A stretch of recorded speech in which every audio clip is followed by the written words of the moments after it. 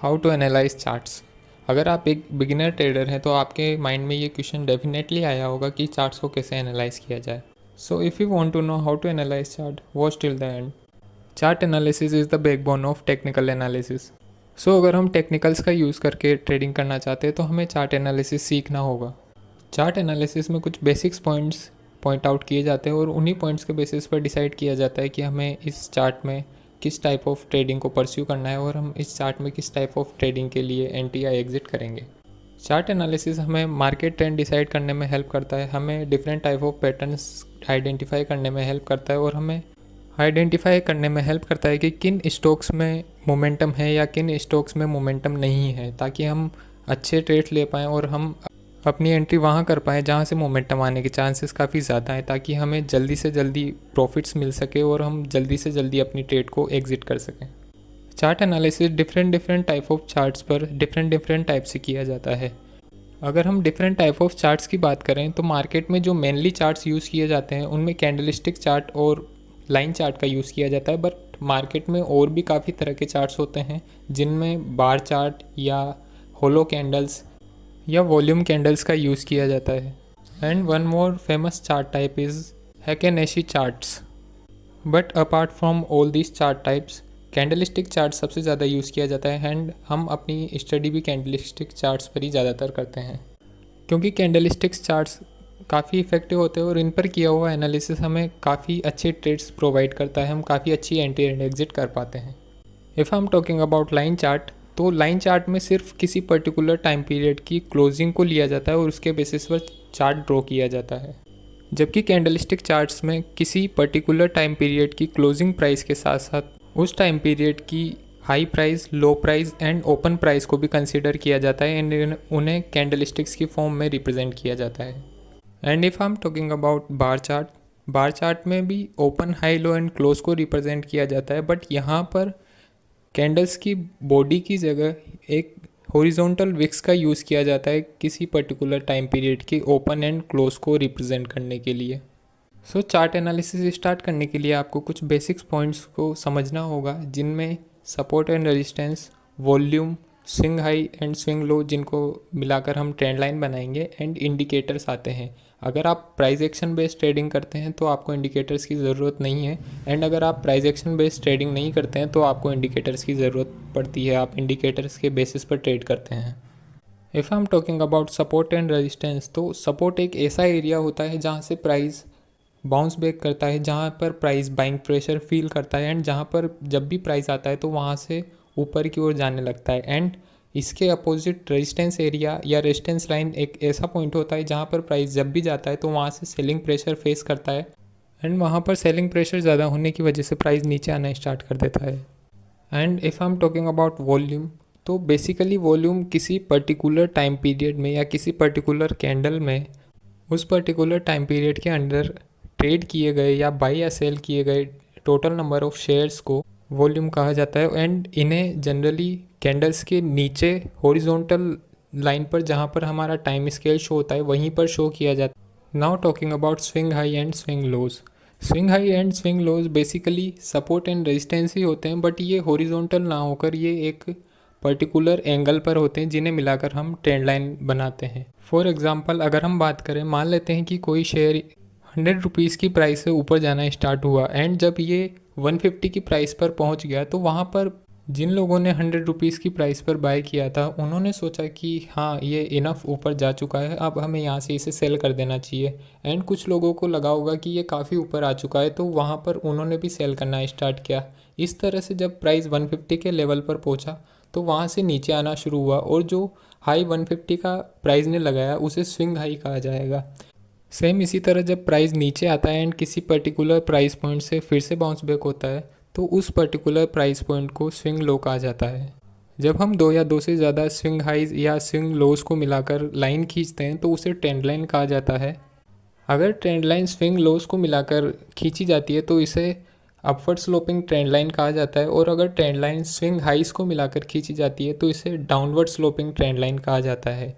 Upward sloping trend line support की तरह work करती है and downward sloping trend line resistance की तरह वर्क करती है। And lastly, if I am talking about indicators, तो RSI, MACD, stochastic, ATR, ADX ऐसे इंडिकेटर्स हैं जो फेमसली यूज़ किए जाते हैं और इनकी हेल्प से काफ़ी लोग ट्रेड करते हैं। Now we can start chart analysis. Chart analysis जब आप करते हैं तो सबसे पहला पॉइंट जो आपको आइडेंटिफाई करना होता है वो है मार्केट ट्रेंड या मेजर ट्रेंड। आपको आइडेंटिफाई करना होता है कि जिस भी स्टॉक का आप एनालिसिस कर रहे हैं वो किस ट्रेंड में है, वो अपवर्ड ट्रेंड में है, वो डाउनवर्ड ट्रेंड में है या वो साइडवेज ट्रेंड में है। अपवर्ड ट्रेंड आइडेंटिफाई करने के लिए आपको देखना होगा कि उस पर्टिकुलर स्टॉक में स्विंग लोज ऊपर की ओर शिफ्ट हो रहे हैं या नहीं, यानी कि हर एक स्विंग लो पहले स्विंग लो से ऊपर बन रहा है या नहीं। अगर हर एक स्विंग लो पहले स्विंग लो से ऊपर बन रहा है और हर एक स्विंग हाई भी पिछले स्विंग हाई से ऊपर बन रहा है, इसका मतलब प्राइस अपवर्ड ट्रेंड में है, प्राइस अप ट्रेंड में है। एंड इसके अपोजिट अगर हर एक स्विंग लो पिछले स्विंग लो से नीचे बन रहा है और हर एक स्विंग हाई भी पिछले स्विंग हाई से नीचे बन रहा है, इसका मतलब प्राइस डाउन ट्रेंड में है। अगर न्यू स्विंग लो या स्विंग हाई पहले स्विंग लो से या स्विंग हाई से ना तो ऊपर बन रहा है ना ही नीचे बन रहा है और आगे के स्विंग हाईज और स्विंग लोज भी उन्हीं हाई लोज के पैरेलली बनते जा रहे हैं, तो इसका मतलब है कि मार्केट साइडवेज ट्रेंड में है।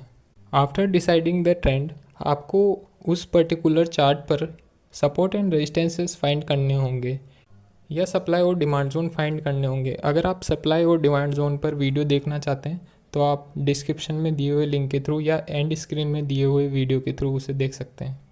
After deciding the support and resistances या सप्लाई और डिमांड जोन, आप डिसाइड करेंगे कि प्राइस किसी सप्लाई जोन के पास है या डिमांड जोन के पास है या रेजिस्टेंस या सपोर्ट के पास है। अगर ऐसा है तो आप उसी के बेसिस पर ट्रेड करेंगे, आप उसी के बेसिस पर अपने ट्रेडिंग डिसीजंस लेंगे। फॉर एग्ज़ाम्पल अगर प्राइस किसी सप्लाई जोन को ब्रेक कर देता है तो वहाँ पर आप ब्रेकआउट ट्रेड करेंगे, वहाँ पर आप बाय करेंगे। और अगर प्राइस किसी डिमांड जोन को ब्रेक कर देता है तो वहाँ पर आप सेल करेंगे। इसी तरह से सपोर्ट एंड रेजिस्टेंसेस पर आप ट्रेड करेंगे। After identifying support and resistances आप चार्ट पैटर्न्स देख सकते हैं कि आप जिस स्टॉक का चार्ट एनालाइज कर रहे हैं उस पर कोई पर्टिकुलर चार्ट पैटर्न बन रहा है या नहीं। अगर मैं बात करूँ फेमस चार्ट पैटर्न्स की तो वो head and shoulder, ascending triangle, descending triangle, diamond pattern, cup with handle pattern और काफ़ी सारे पैटर्न्स हैं जिनकी हेल्प से आप ट्रेड कर सकते हैं, जिनकी हेल्प से आप काफ़ी अच्छे टारगेट्स अचीव कर सकते हैं। And the last one method is multi time frame analysis. Multi time frame analysis एक ऐसा टाइप ऑफ एनालिसिस है जिसमें आप एक ही चार्ट को डिफरेंट टाइम फ्रेम पर देखते हैं। फॉर एग्जांपल लेट्स से कोई चार्ट डेली टाइम फ्रेम पर अपने सपोर्ट लेवल के आसपास है एंड उसी चार्ट को जब हम 5 मिनट में कन्वर्ट करते हैं तो वो एक रेजिस्टेंस लेवल के आसपास होता है। तो यहाँ पर कॉन्ट्राडिक्शन होता है, इसलिए हमें मल्टी टाइम फ्रेम एनालिसिस करने की ज़रूरत होती है और डिसाइड करना होता है कि हम इस पर्टिकुलर स्टॉक में सेल करेंगे या बाय करेंगे। क्योंकि हमारे एग्जांपल में डेली टाइम फ्रेम पर प्राइस सपोर्ट के आसपास है एंड 5 मिनट टाइम फ्रेम में वही प्राइस रेजिस्टेंस लेवल के आसपास है, तो हमें यहाँ पर ज़्यादा प्रेफरेंस डेली टाइम फ्रेम को देनी है एंड हमें उसी के बेसिस पर डिसीजंस लेने हैं। जब भी आप मल्टी टाइम फ्रेम एनालिसिस करें तो ज़्यादा प्रेफरेंस बड़े टाइम फ्रेम के चार्ट को दें, क्योंकि बड़े टाइम फ्रेम पर अगर कोई प्राइस पैटर्न बनता है या कोई कंडीशन बनती है तो वो ज़्यादा स्ट्रॉन्ग होती है उस कंडीशन के कंपैरिजन में जो छोटे टाइम फ्रेम पर बनी है। अब क्योंकि हम चार्ट एनालिसिस के सभी बेसिक पॉइंट्स को सीख चुके हैं, इसलिए अब हम एक एग्जांपल के थ्रू देखेंगे कि चार्ट एनालिसिस कैसे किया जाए। जो चार्ट यहाँ शो किया गया है वो जोमेटो का चार्ट है एंड हम अपने चार्ट एनालिसिस के पॉइंट्स के बेसिस पर इसमें चार्ट एनालिसिस करेंगे।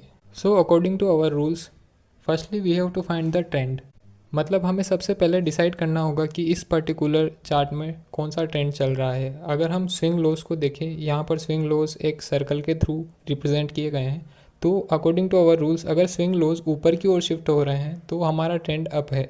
यहाँ पर आप देख सकते हैं कि स्विंग लोज ऊपर की ओर शिफ्ट होते जा रहे हैं, हर एक स्विंग लो पिछले स्विंग लो से ऊपर की ओर बन रहा है, इसका मतलब यहाँ पर प्राइस अप ट्रेंड में है।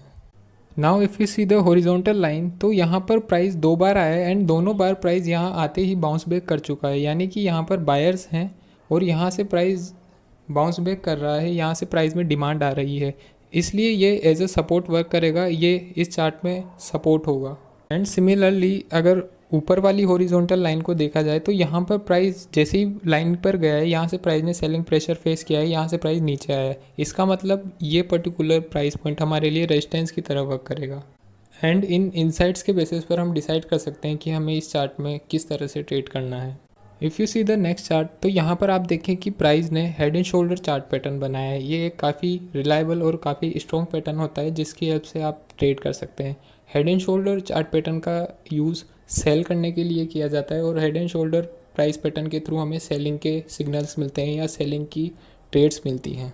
अगर आप सीखना चाहते हैं कि हेड एंड शोल्डर पैटर्न का यूज़ करके किस तरह से ट्रेड किया जाए, तो आप डिस्क्रिप्शन में दिए हुए लिंक के थ्रू या एंड स्क्रीन में दिए हुए वीडियो के थ्रू देख सकते हैं। And if you see the next chart, तो यहाँ पर प्राइस ने असेंडिंग ट्रायंगल पैटर्न बनाया है। असेंडिंग ट्रायंगल पैटर्न हमें किसी भी चार्ट में या किसी भी स्टॉक में अपसाइड ट्रेड देता है, हमें अप ट्रेंड के ट्रेड्स देता है। अगर आप देखना चाहते हैं कि असेंडिंग ट्रायंगल पैटर्न का यूज़ करके किस तरह से ट्रेड किया जाए, तो आप उसे भी डिस्क्रिप्शन में दिए हुए लिंक के थ्रू देख सकते हैं। Lastly I want to give you some bonus tips. जब भी आप चार्ट एनालिसिस करें तो उसे सिंपल रखें, उसे कॉम्प्लिकेटेड ना करें। आप सिंपल चार्ट एनालिसिस करें। आप जितना सिंपल चार्ट एनालिसिस करेंगे आप उतनी क्लियरिटी के साथ देख पाएंगे कि आपको क्या करना है और क्या नहीं करना है। आप मल्टी टाइम फ्रेम एनालिसिस का यूज़ करें। आप डिफरेंट टाइम फ्रेम पर देखें एक ही चार्ट को, ताकि आपको ज़्यादा इंसाइट्स मिले कि आपको इस चार्ट में ट्रेड करना चाहिए या नहीं करना चाहिए। अगर आप सप्लाई या डिमांड जोन पर वीडियो देखना चाहते हैं तो आप स्क्रीन पर दिए हुए वीडियो को क्लिक करके देख सकते हैं। एंड अगर आप वीडियो देखना चाहते हैं कि हेड एंड शोल्डर पैटर्न का यूज़ करके किस तरह से ट्रेड किया जाए, तो आप सेकंड वीडियो को क्लिक करके देख सकते हैं।